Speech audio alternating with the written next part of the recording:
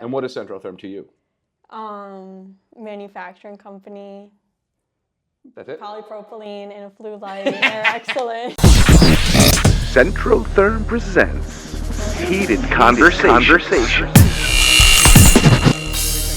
Talking about plumbing, HVAC, and everything in between. Audio. All right, we're working. Oh, yeah. Okay, good. All right. Oh, why is this all like off to the side like that? At least try to get a good angle. God. Oh, God damn it.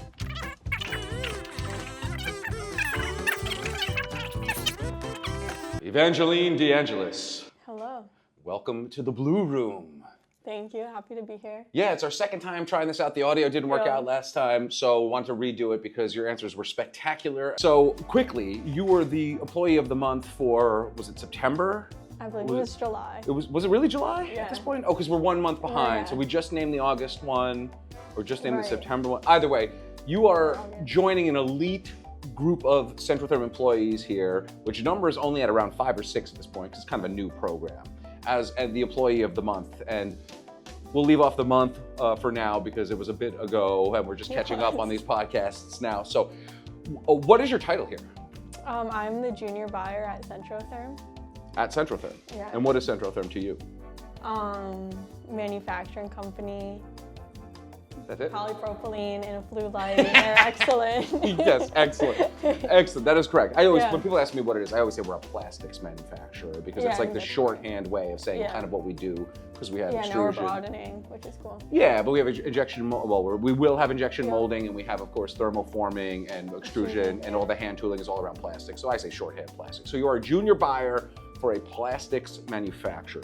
Correct. What does that mean? What do you do on the day-to-day? There's a lot of things that go into it. My main role is doing all the operational and like tactical purchasing, so buying all of our raw material for production orders and sales orders. And then I also do a lot of stuff with inventory and making sure inventory levels are good and not too high, not too low.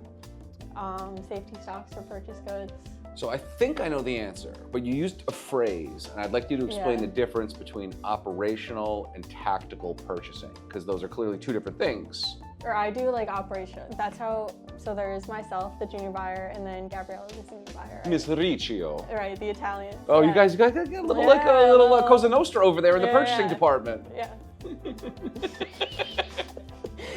So I service like our manufacturing floor, right? So I service JJ, our production manager, and making sure that he has all the parts he needs to make the finished goods for them to then be sold. And what Gabriella does is more of the cost down initiatives and the strategic stuff. Gotcha. Okay, so Yeah. that makes sense. Tactical versus Yeah. operational. Like we literally need X amount of screws. Yeah. So how often are you meeting with JJ, and how often is your purchasing ordering changing dramatically? I assume it changes a little bit. It changes a lot, I think, mostly with the overseas stuff. So we probably purchase 70% of our raw material from overseas, and managing containers and delays with like port delays, port strikes, tariffs, all of that is probably the... So are you involved with the logistical elements of that too? So once you buy it, is it off your desk at that point? You sign a No. PO, it's not. That's just the stuff, yeah. You have to track things through the port and all that stuff as well. Okay, interesting. Is that typical of I mean, we're a small company, so we have a lot of people do sort of a wide spectrum of roles Right. here. Is that typical for a purchasing person to see? I'm not sure. You're not sure? This is my first job out of college. All right, fair Yeah. enough. Well, so you don't even know. All right, excellent. Yeah. Well, I guess you'll be bringing that experience to future interviews Yep. should you decide to mosey. But of course, if you're an employee of the month, consistently, we're going to want to keep you here. I like so, it. excellent. Yeah, I'm curious about that. Like, what? So I work obviously in marketing. It's very different Right. than operations. You say you like it here. What do you like about it? I like the people, the environment. I've had every opportunity I've been interested in or wanted to do, I've been able to, and I kind of have my hands on a bunch of different things and not just one super specific thing, which So, I think is good. So I know you also traveled to, was it Duisburg? Yeah, It was. and Breland. You went to both of them? Yeah. And when was that, and what was that like? And what's there, first of all, for the audience watching at home? Duisburg is Ubink, so it's in the Netherlands, and that's one of our sister companies. And then Brilon is Germany, and that's another one. Brilon does extrusion, but it's on a much bigger scale, so it's similar to our setup here. And then Brilon does the injection molding, so we purchase all our elbows from them. And you were meeting with other purchase planning type people there? Yeah, I was meeting with the people. Every week I meet with my direct point of contact there, my salespeople there. And Shout out to Patrick and Hans. Yeah, they're Patrick and Hans. Love them. But I love to hear that, by the way. I too, not everybody gets to work directly with our European partners. Yeah. And I must say that the ones that I work with are lovely. I'm a big fan of most of the people. They're great. Yeah. So it's great that you also have that experience on the other side of the coin. Yeah. We ate sandwiches together. Oh, fantastic. Was that like a team building thing? Or was it just like you just bonding. like in the cantina, you guys just like having lunch or whatnot? Yeah. All right, excellent. That's what kind of sandwich? It was literally just cheese. Just cheese? Okay. Everything there was just like bread, meat, and cheese. But are you a vegetarian? No. You just were not into the meats that were offered there? What kind of meats were offered? Salami. Just not having it? Wasn't giving. Yeah, you need some more gabagool? Yeah. You get it. When was the last time you had a piece of gabagool? Like legitimately? Legitimately, I went to a wedding this past weekend, and I was at direct Italian families' houses. Yeah. So you had some mortadella, some gabagool, all the antipasto, the amazing. I love that your answer to that question is like 72 hours ago. I was definitely eating some gabagool like incredibly recently. As was I, of course. I mean, I think listen, there are stereotypes. Some of them are false, some of them are true. Yeah. Most Italian Americans eat gabagool with every meal. And that's okay. That's hilarious. So this is your first job out of college. Where'd you go to school? Yeah, I went to Rutgers University in New Brunswick. All right. Scarlet Knights, what up? Are you originally from up here? Yeah, I grew up in Voorheesville area. Okay, so that was your first foray into the downtown metro New York area, what have you? Yeah. Do you miss Exit 9 off the Turnpike, New Brunswick, New Jersey? I honestly love New Jersey. Do you? Yeah, I'm not a hater. No, I mean, New Jersey has wonderful places, just like anything else. It's got ups and downs, like anything. What's one thing that you miss from specifically the New Brunswick area? The New Brunswick area, the school itself is great. It is. It's like the education's really good, and they have a ton of programs. And I think I miss being close to New York City and Philly and Jersey City and all those places. I very much sympathize with that up here. Like 30 minutes away. It's far away from the Beacon Theater and great delis, bodegas that have the bagels and the pizza. Yeah. Indeed. Okay, so that's a standard upstate complaint for those of us who have tasted the delight of the downstate area. I mean, obviously that's where there's more people clustered there. So upstate New York is much prettier than New Jersey. Depends. I mean, hey, again, You're not. well, it depends on your perspective, right? Beauty is in the eye of the beholder, of course. Amen. And for everyone who enjoys the fine Adirondack skyline, or I guess it wouldn't be a skyline, right? The Adirondack horizon with the mountains and stuff like that. I'm not really one of those people. Give me like the back alley behind a pizza place in Fordham, the Bronx. That's for you. That's kind of where I exist. Each their own, Yeah. I mean, the sights and the smells behind the pizza place. That's kind of like my zone. That's where I thrive. As opposed to, hey, there are people climbing up mountains and stuff, and they're definitely telling themselves that they're enjoying themselves. I personally think it's a bit of a lie. I think people who go hiking and stuff like that are very. I like hiking. Yeah. See, I don't really think that you do. This is a theory. A theory I have here is that no one really. You think it's like performative hiking? Yes. Oh my god. In 100% of cases, oh my god. Nobody actually likes hiking, but people are committed to the lie that they do. It's the vibe. You think so? So do you legitimately like hiking? Yeah, I do. And what are you convincing yourself about hiking that you like? I like nature. I like being outside. All right, fair enough. Those are fair. And I do it with my friends, so it's fun. Okay. What about the bugs? I hate the bugs. We have bug spray. Bug spray? You just like soak yourself down in DDT. That's it. So drown. I mean I get it, right? Yeah. Bugs, humidity. You should try it. Dirt. Yeah. The general outdoors, It's the good. sun. It's good to touch grass, though. Yeah. I mean, for some people. Right. I mean, yeah.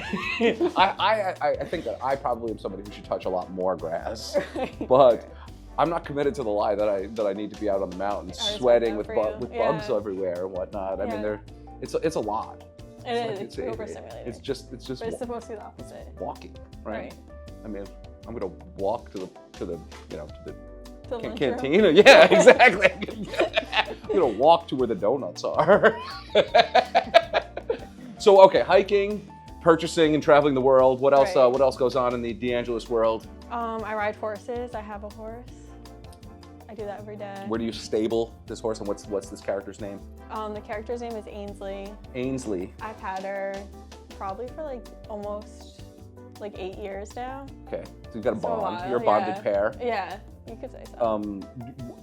I mean, I assume that horses, like dogs, have different breeds, like Clydesdale. Like, what kind of breed of horse is this? She is. She. It's a girl. It's yeah. a girl. A mare, if you will. Okay. Is that what it is? Okay, horse knowledge. That was pretty good. This is like super specific, but she's a Welsh cob mixed with a thoroughbred. It's like half and half. A thoroughbred, that's a species? A thoroughbred? It's like the breed. It's like what the race horses at the track do. Yeah, but that, I mean, That's to a me. breed of horse. Oh, interesting.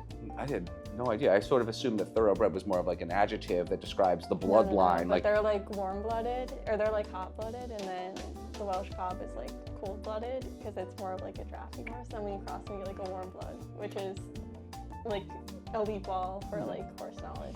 do you ever put on sort of like an old homesteader kind of costume and then like brush your hair? Yeah. Oh, Well, really? no.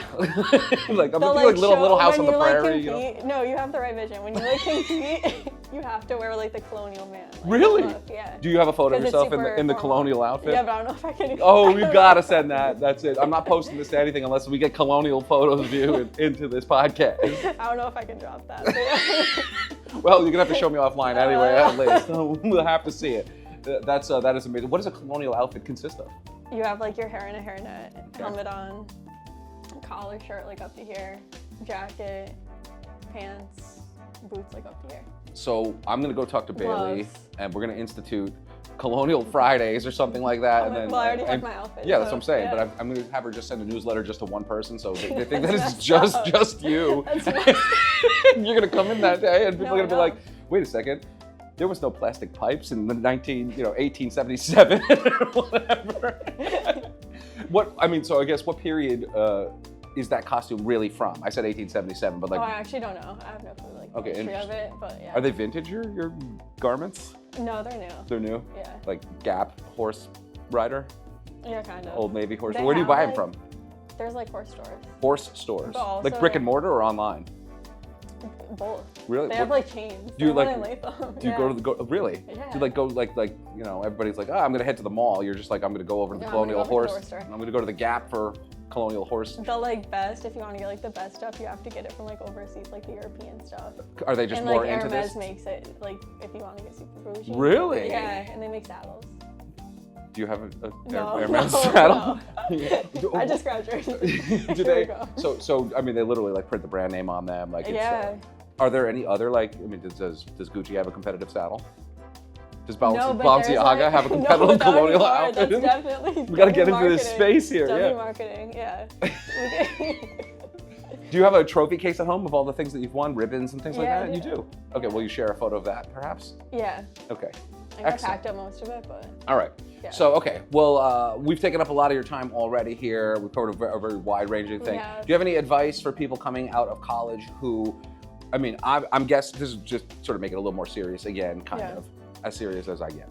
I'm assuming, well, you didn't expect to necessarily work for an HVAC/plumbing manufacturer as you were studying, at Rutgers. Yeah, definitely not. So, but would you agree that there's a lot of opportunity in this space? Yeah, Do you have any 100%. Yeah. Do you have any parting advice for people coming out of college in relative to the opportunities that you see in this industry? Yeah, I think it's great. I think like from a sourcing side, a lot of it is just part numbers and not really the actual material. I've become a lot more familiar with what I'm buying and what we make and like all the processes. But I think just from like getting experience, especially with like working at a smaller company or a medium-sized company, like kind of prioritizing that over the industry to make sure you're gonna get as much opportunity as you can.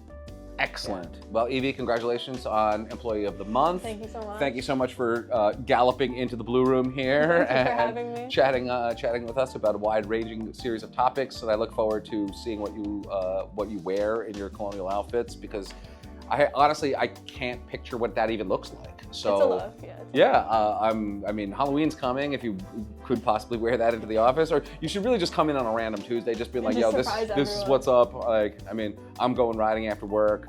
Like, I'm wearing Yeah, so wearing it is this what it now. is. I It mean, is what it is. listen, there's like 80 employees out here. There's an array of There's an array of outfits. outfits, that's true. I mean, No everybody's dress got their code. own bizarre fashion Yeah. sense. So honestly, I don't think anybody would look at you twice if you were wearing like a colonial outfit No, I here. honestly think you're right. Some people would not even notice. I'll stun on all you in my clothes. I think you should definitely just slip it in one day. just Super subtle. just trot right in. All right, thank you again. All right, thank you so much, Evie. This has been Heated Conversations. Congratulations again. Keep up the good work. Thank you. And we'll talk to you soon. Perfect. Thank you, guys.